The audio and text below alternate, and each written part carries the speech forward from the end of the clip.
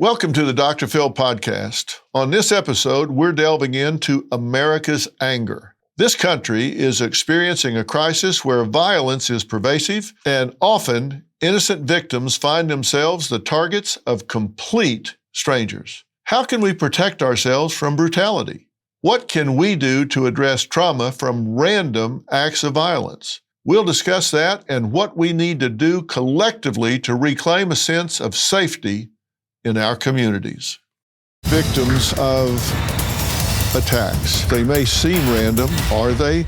He punched me and it immediately knocked me out. You feared that she was actually dead. Yeah, there was so much blood and she looked so lifeless. And what was he yelling? His Cybertruck damaged, windshield busted, and tires slashed. They're taking their frustrations out on the wrong people. They have an agenda, and that's to destabilize America.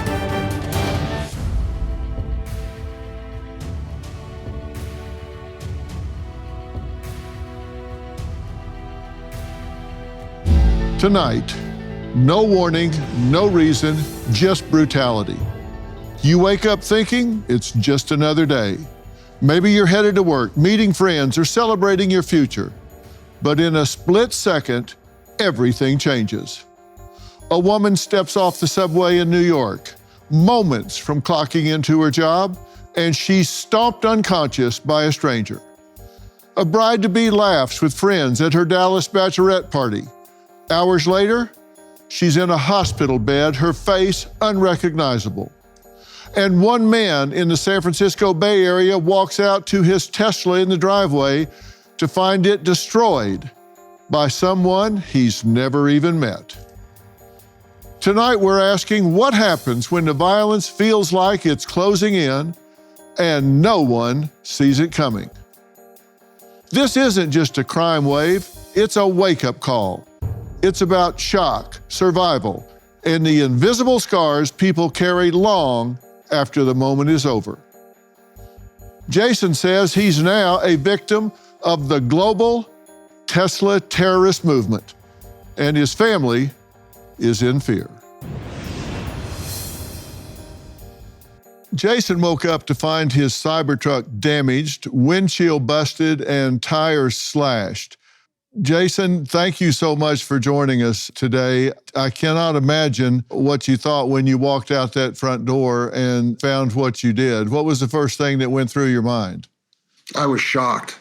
I was just trying to process it all. I couldn't believe that they actually came to my house to do something like that. Is it your belief that they followed you? They must have. I live in a very private and dead-end cul-de-sac at the top of a hill. No through traffic comes through here. Somebody must have followed me back here to find out where my truck was. And you believe this was not just simple vandalism, certainly not a random attack. What is your belief? I believe this is part of the global Tesla protests that are going on right now. And it just happened to happen on the exact same day as the Tesla takedown global action protest. So I really believe this is part of all of the Tesla protests that are going on across the country. Why did you buy a Tesla to begin with? I love Teslas. I've had a Tesla since 2015. I love the electric vehicles, trying to save the environment and all the cool features. It's just an amazing vehicle. So this was an intentional act on your part. You didn't just walking down the street and that was the next dealership in front of you. This was an intentional act. You said it was motivated by environment. You like the electrical vehicle and you like the Tesla. Absolutely. And when the Cybertruck was released, I thought that was the coolest truck I've ever seen in my life. And I had to have one. Who do you think is behind this? I know that you think it's part of this global Tesla takedown, but who do you think that is? Who's behind this Tesla takedown from what you've been able to ascertain? At this point, I'm not totally sure. We're following up on a lot of leads and I'm just really doing a lot of soul searching and they're investigating and trying to find out who exactly did this. We have a couple ideas, but at this time, nothing really solid.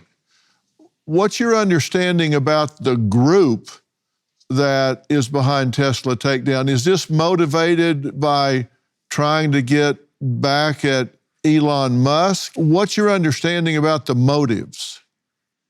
That's my understanding. If this is really not directed at their neighbors, but more so at Elon Musk and at Donald Trump and everything that's going on in the government. And that really has nothing to do with me. I'm just a regular guy here living in Marin County with my vehicles. And to target me is just not right. They're taking their frustrations out on the wrong people. So how often have you had Elon Musk over for dinner? Not yet. Not yet. And how often have you met him?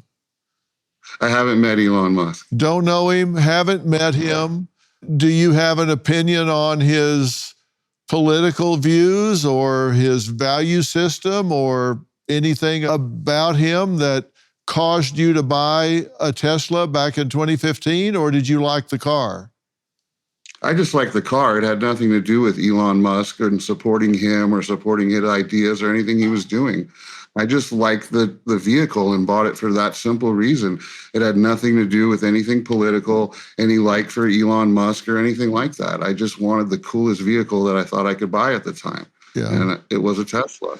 Then you put your deposit down on this vehicle before the election, and certainly before Elon Musk got involved in the government, in Doge, and supporting Trump and any of that. You put a deposit down on this a long time ago. Oh, absolutely. I believe it was the end of 2019 or early 2020. The day they first announced the vehicle was when I put down my $100 deposit. I actually took delivery of this vehicle a year ago in February, before the election, before Elon Musk had anything to do with Trump or was part of the government. So you had nothing to do with any of this. This isn't a political statement on your part. The only thing that had anything to do with any kind of movement was you had a sense that this might be good for the environment. And it seems to me that the very people pushing this agenda are the very people that have been pushing the climate agenda. So you were birds of a feather. Exactly. At a time when I purchased this vehicle, Tesla was the cool car to have. Everybody around here was buying Teslas.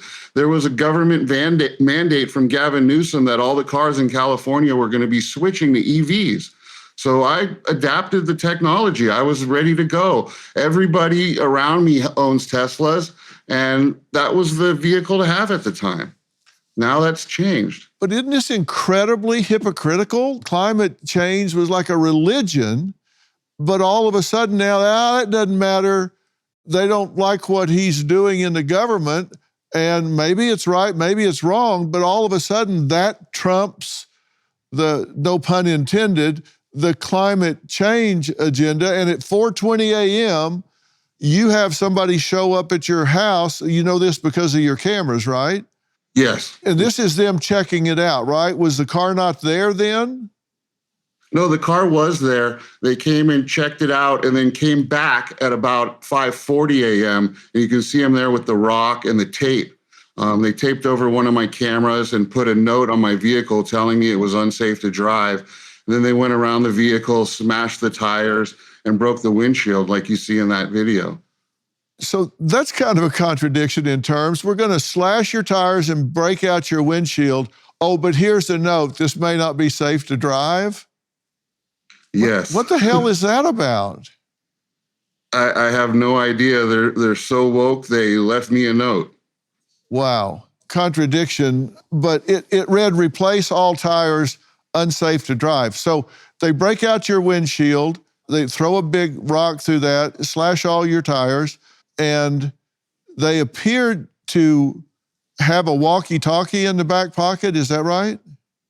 Yes, that's what appears to be a walkie-talkie in the back pocket. They also used a piece of tape to cover one of my ring cams just before the attack. Okay, but your body is a system, and when it's running right, you feel focused, energized, in flow, but sometimes we struggle to find that flow state. Why? Because there's too much static in our system, brain fog, fatigue, and inflammation. The Echo Flask clears the static by infusing your water with molecular hydrogen, a natural science-backed gas that helps your body think sharper, recover faster, and run smoother. This is more than hydration. It's better focus, more energy, faster recovery, less internal stress, and longer-term benefits that keep you sharp. When your water works harder, your whole system does too. Find your flow state with the Echo Flask hydrogen water bottle and get an unlimited supply of hydrogen water at home and on the go. Visit echowater.com/Phil and use code Phil for 10% off. That's echowater.com/Phil. Enter code Phil to save 10%. Hey, Dr. Phil here. Your savings are at risk. With the economy on shaky ground, the dollar losing value, and a $2 trillion deficit, things could spiral. Don't wait for the worst. Take control of your financial future now. I trust Preserve Gold to safeguard my accounts, and I urge you to do the same. They're the only precious metals company I recommend. What are you going to do to protect what's yours? Claim your special offer and learn how to reinforce your financial future. Visit drphilgold.com to get your free precious metals guide from Preserve Gold. With gold prices recently breaking records and analysts predicting this trend to continue through 2025, you cannot afford to wait. As a bonus, you can get up to $15,000 with a qualified purchase from Preserve Gold. So don't wait. Visit drphilgold.com today. You had other cameras on the property, right? Yes. Do you think I actually had a camera watching them cover the camera. Yeah, I can see the antenna coming out. So they were communicating, or at least had the ability to communicate with somebody else. Yes. Okay. And I believe they may have had the radios in order to not have their cell phones with them, because they do tracking sometimes when people have their cell phones with them. So I believe maybe that was part of the motivation for using the two-way radios. Are there two people here? Because it seems there's a white mask and a black mask. It does seem like that. There's a white mask and a black mask, and there's also the jacket color changes, but we're not quite sure if it's the same person or not at this time. But it does appear to be the same person, even though the mask has changed and the jacket has changed. Do you think this is a female? It's possible. A lot of people think that it could be a female based on the body mechanics. So the end product of this is you have nothing to do in any way with Elon Musk, nothing to do with Trump, nothing to do with Doge. Your only connection is you wanted a clean environment, which seems to be a common thread, and they've acted in a way to put more money in Musk's pocket, because you can't just go to Windshields or us. You've got to go to Tesla. Everything that you've got to do to get this vehicle fixed is going to put more money in Musk's pocket. Exactly. I just had to buy 4 new tires from him and a brand new windshield, and he made profit on that. So that's the only thing they did. And the insurance company had to pay for that. And we all have insurance. So that's going to affect all of our insurance, even the person that attacked us. It boggles the mind, does it not? It does. I'm just up here minding my own business, not involved in any of this political stuff or anything that's going on. And it reached me at my house. Had this happen, if my car was just at the movie theater or at the grocery store or something, it wouldn't be quite the same. But to come and hit me at my house in what seems to be a coordinated planned attack, to come back multiple times, to leave that note covering my cameras, this is different than a simple vandalism. And we're going to talk more about the impact of these kind of attacks as we move along here. So stay with us. Can you stay with us? Yes, I will.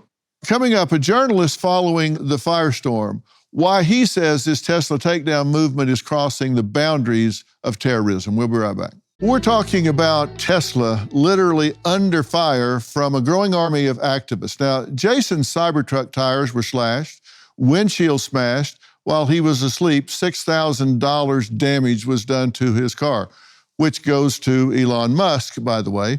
Jonathan Cho is an investigative journalist who says this is a coordinated domestic terror effort.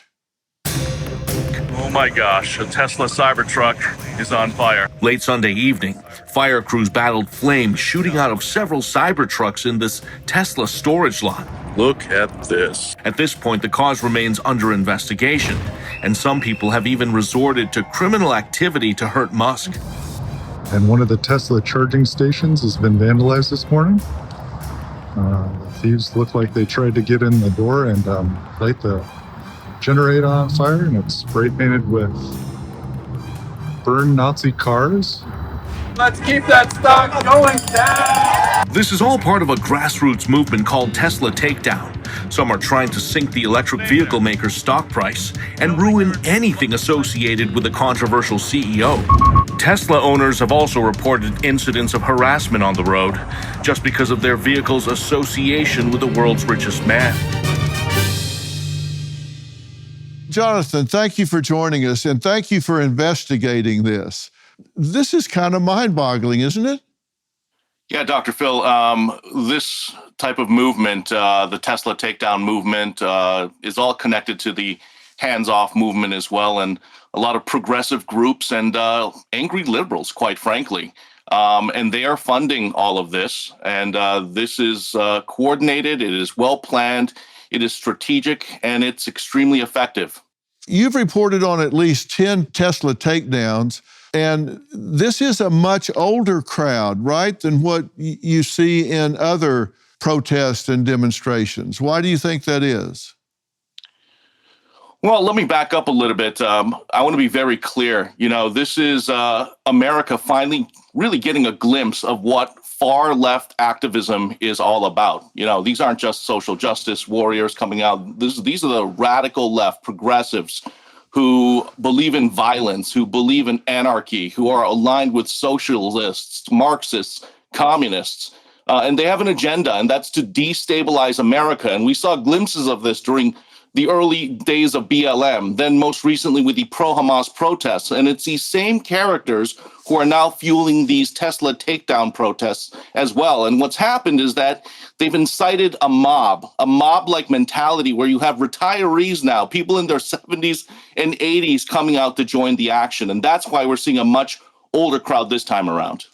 You say it's like they coming out of retirement, they have nothing better to do, but these people are not sophisticated in technology if they're that old, so they may not know how they can be tracked, how their cell phones can be tracked, how cameras are hanging off of every light post, off of every business that doesn't have anything to do with where they are.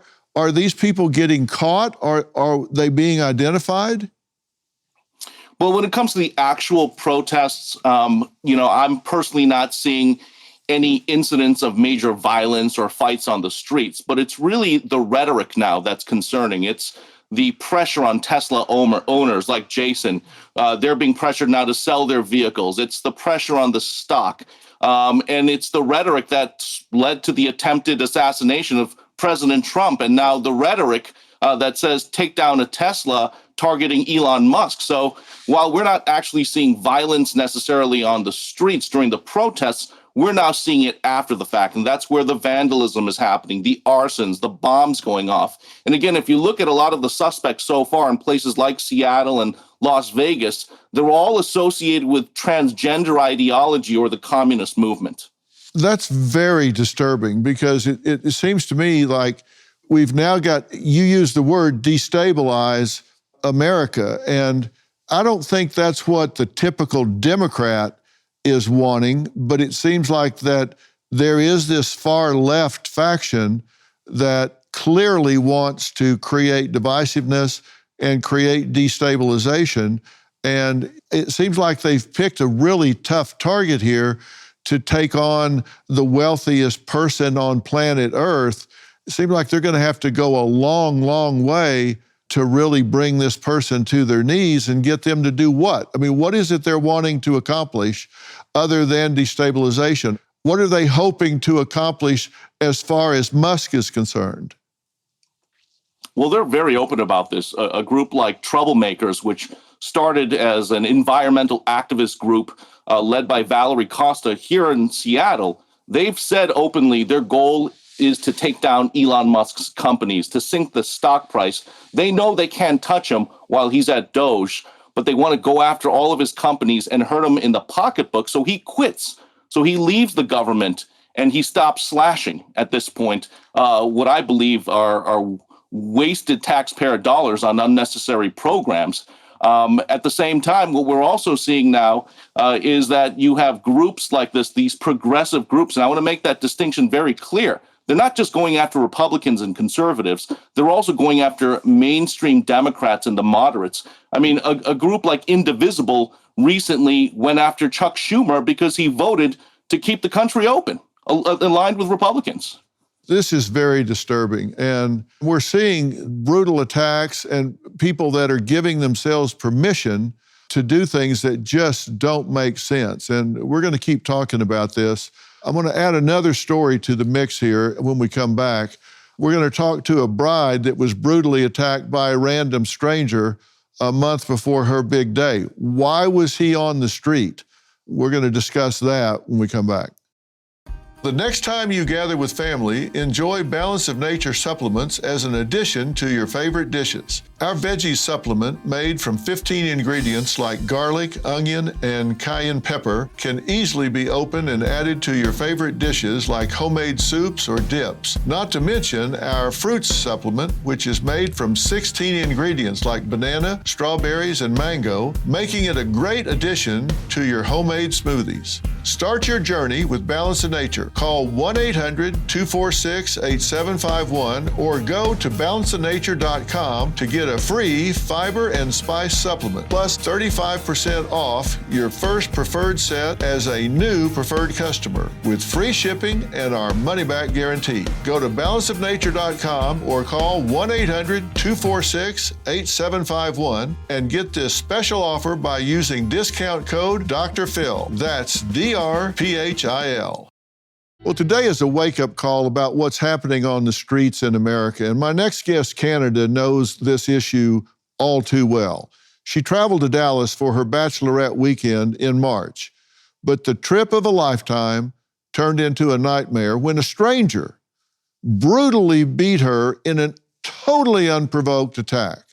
Canada joins us with her sister, Tina, who witnessed the assault. Thank you both for being here.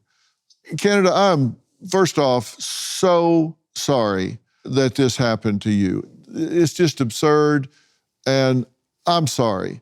I'm sorry that it happened to you. I'm sorry that it happened to you in my hometown of Dallas. And you were just simply walking to where your driver was to pick you up, and you stepped around to check the license plate to be sure you were getting in the right car, correct? Yes. All right. And what happened at that point? So as we're walking up to our Uber driver, we were walking to the back and he came up. He was sitting on the curb and he came up behind me and he punched me and it immediately knocked me out. So I hit the ground and I was unconscious after that. And you never saw him coming, right? Right. I never saw him. I didn't even know what happened when I finally woke up. And Tina, did you see this happening before it happened or not until she was face down on the ground? Not until she was face down on the ground and I saw the man jumping up and down and before he ran away. Yeah. And you feared that she was actually dead at that point, right? Yeah. There was so much blood and not seeing what happened. She looked so lifeless. I had no idea what had just happened. It was terrifying. You thought maybe she had been stabbed or what? Yeah. There was so much blood. Canada, you're blonde, and Tina, you said there was so much blood that she looked like a redhead. Mm-hmm. Yes. A complete redhead. And you saw the man 10 feet away doing victory leaps like he had accomplished some big feat, right? Yes, it was shocking. And that's another reason I had no idea what was going on. He seemed like he had accomplished something he'd set out to do. And I know we had no contact with him whatsoever. I was so confused. And what was he yelling? He said, that's what you get. That's what you get for what? That's the million-dollar question. And Canada, you had no idea what was happening. All night long, you guys had stayed to yourselves, right? You were a close-knit group. Right. Yeah. It was just, there was 7 of us in the group. We all stayed together the whole time. We didn't talk to anybody else. And we had just decided to be done for the night. And that's why we were leaving. We never saw him, never talked to him. I have no idea who he was. And what have you learned about I guess we have to call him a suspect at this point. Has he been convicted yet? No, he hasn't been convicted. He's just been arrested. And what do we know about the suspect at this point? So I know, well, from family members of his have told me that he's schizophrenic. He has prior convictions for assault. And he's been homeless. That's really all we know about him. And he was arrested 5 days after the attack, is that right? I believe so, yeah. Because he was identified just a couple days after and then arrested a few days after he was identified. And did he have a prison record? I think so, yes. He had been arrested multiple times. I don't know how long he served or anything like that, but I heard that he was on parole at the time. Our research says that he was on parole. He had been in prison, was on parole. Their charges were assaulting a police officer and trying to gouge his eyes out, misdemeanor assault and burglary. So he was put back on the street with a history of violence. And, I've always said the best predictor of future behavior is relevant past behavior. And so here we have someone with prior arrest for violence, for assault, against an armed authority figure trying to gouge their eyes out. So clearly there's an impulse control problem here. If he's going to attack an armed police officer and try and gouge their eyes out, he's certainly not going to see any stop signals for a young woman on the street if he has an impulse to attack, but yet he's put back out on the street. What do you say to yourself about that? He shouldn't have been on the street. I think something was wrong. This shouldn't have ever happened. He shouldn't have just been released to be on the street. I think he should have been monitored to where he was. I thought when people are on parole, they had to report to somebody about their whereabouts. It just shouldn't have happened this way. And this is what Jonathan and I were talking about earlier, if you guys were listening. There's this mentality, and sadly it's gotten into the judicial about, who's the victim and who's not. And we're going to talk some more about that. And listen, has the system failed you? Clearly it has. Has it failed him? Maybe so. But should someone like that be turned out on the public, an unsuspecting public, not knowing that those people are walking among us? I think that's an issue. We're going to talk about why Canada and her friends turned into targets online and how the attacks didn't stop after the punches were thrown. Next. Well, I'm talking with Jason, who was victimized with violence against property, and Canada, who was victimized with violence against her body. Canada was walking to her Uber after a bachelorette celebration when she was suddenly knocked out cold, left with black eyes, broken nose, cracked teeth just a month before her wedding. Her older sister, Tina, held her in the streets after the suspect, an ex-con, just ran off. Now, he has since been arrested and is facing charges. And look, I deal with mental illness, and I understand that the system oftentimes is not equipped for and doesn't handle these people well. But turning them onto an unsuspecting public when they have a history of violence is certainly not the answer. That doesn't help them, and it doesn't help the unsuspecting public. After posting video of the attack, Canada got inundated with criticism. Tina, what did people say to you online? What did they call you guys? Everything from prostitutes to whores, everything. Just basically saying that it was our fault for being there, for having fun. That we shouldn't have gone there. We had to have been acting entitled or everything, yeah.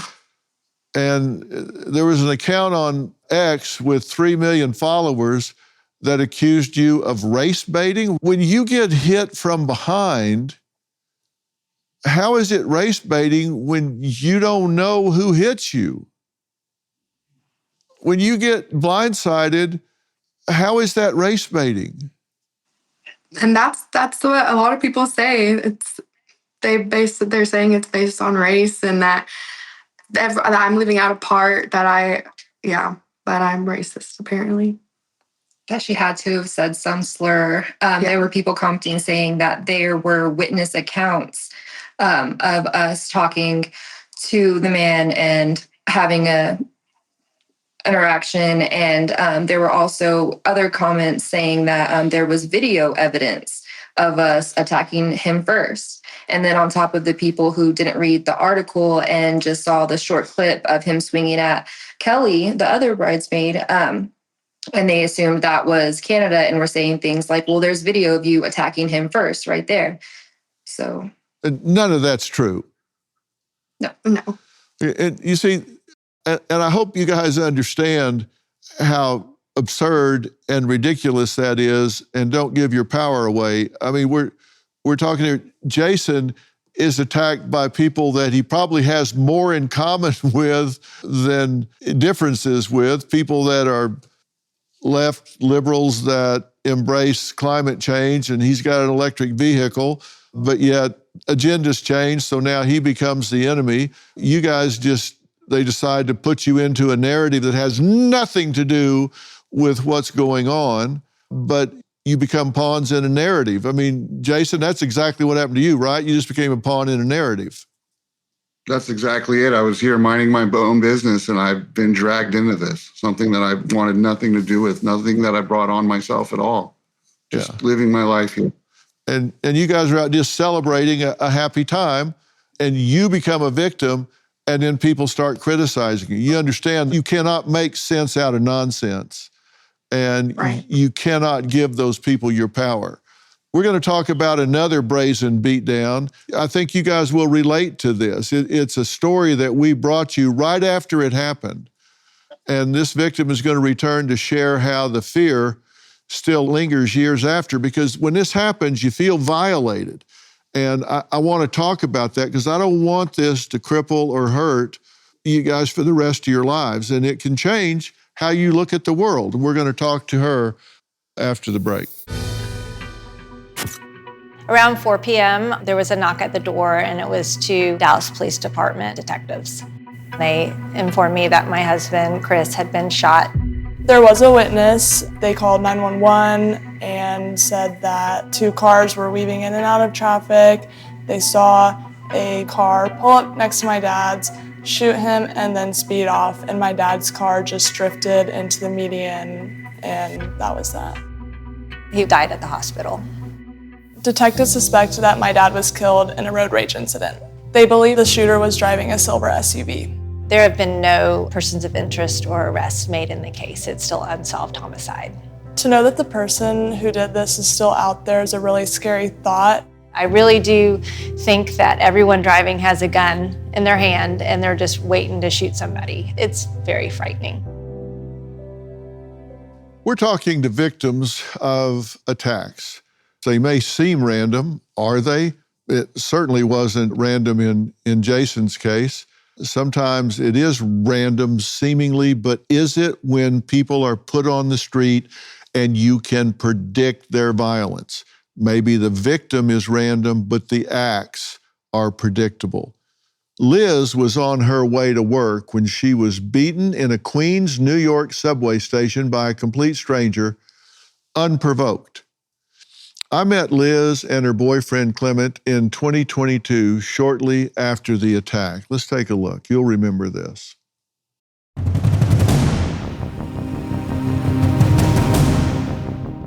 It's just terrible what happened. You were headed to work, right? Yes, I was headed to work that morning. I normally leave my house about like 5:15 to head to work, and I saw this guy that he was just walking on the platform. You actually rode on the train with the attacker. Yes, I did. He was sitting across from you. Yes.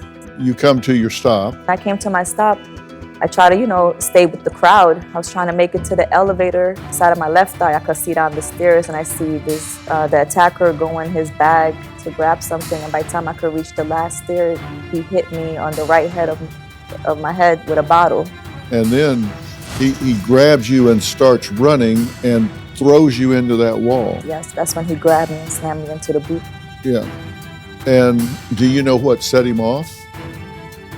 I have no idea. All I was going through my mind was trying to stay alive. Yes, I can well imagine. This healing process on your right eye, is it stitched completely shut? That's the eye. I just can't see out of it at the moment. You guys could see it, but... You may lose your vision. Is that true? Yes. And Clement, this is really hard. You hurt for her. It's just something that ripped us, like someone ripped my heart out my stomach. It's hard to cope with it, but we're trying our best we can, you know what I mean? This is so heartbreaking. And when we come back, we'll talk to the couple about life since the attack. Liz was up early, out heading to work, hard-working woman, up early and heading out to work. And Liz and Clement at least did not leave the show on a sour note. We do have to take a break, but before we go to break, I think, Clement, you had one more question. Yes. Right. So, I know you've been going through a lot, and I just want to know you're not alone. It's hard. Everything you go through, I'm going through this shit. I just want you to know I'm here for you, whatever, forever, now and ever. Will you marry me? It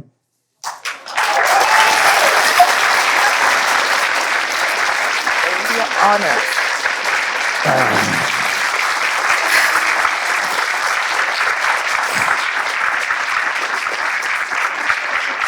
And it would be an honor because since everything you've been there for me, there was not one day that you left me alone. This man cleans my eyes. He puts everything in my eyes, everything to take care of it, to make the swelling goes down. He's been there for me. So yes, I would marry you. Thank you. Well, it's good to see both of you again. And I'm sorry to say that the injury was so severe that Liz did lose sight completely in her right eye. Liz, I'm sorry to hear that. Tell me how you're doing overall. Well, I'm still trying, but God is good. And, I just try to stay positive. Just rewatching that just now, it brought tears back into my eyes. I haven't watched that video back since that day. So, it's still heartbreaking to see, but, I'm trying my best to cope, and I got to do what I have to do because, time don't wait for no one. So we got to keep going, got to stay strong. Right. And Clement, Liz was so traumatized that she didn't feel like she could face a suspect in court last year, correct? Yes, sir. Yeah. But I at first I wanted to go, but then I couldn't deal with it. I was so angry. I know I couldn't just go in there and see him and don't do nothing. So I said, listen, we're not going. You know what I'm saying? Yeah. It's crazy. We're still going through it. I didn't even know. It could have so much impact on me just now just by watching the video. Yeah, it's hard to see. But it's still like it's fresh again in the memory right now. 44-year-old Wahid Foster pled guilty to attempted murder in the second degree for Liz's assault. And he was sentenced to 22 years in prison for that vicious assault. So did it at least help to know that he's been held to some account for this, Liz? Did that help to know that he didn't get away with this? Yeah, that helped a lot because at least I know he's locked away. Hopefully he could get some kind of help that he needs instead of being in the street. And, it's going to save 22 years of somebody else getting hurt like I did. So, yeah, it means a lot for him to be locked away right now. And hopefully he really gets the help that he needs. And, these people don't turn their back away from him like they did the first time and let him out. Yeah, and, the sad fact is, just as is the case for Canada, this individual had a rap sheet. He had been convicted previously of killing someone previous to his attack on her and had multiple violent incidences before that. And again, is just turned loose and put on the street against an unsuspecting public. So why are we doing these things? What I want to say to all three of y'all is that the fact of the matter is we don't react to what happens to us in life. We react to what we say to ourselves about what happens in life. And Jason, Canada, Liz, and Tina and Clement being bystanders as well, we react to our internal dialogue about these things. And you have to take your power back. If you let these people change who you are for the rest of your life, it's real tragedy, because the physical part heals, but then it stays alive inside you, whether it's that they've come to your home and invaded or they've attacked you personally. You've got to decide, you know what, I'm going to fight my way back and learn to be okay with who I am. And you've got to make that your goal.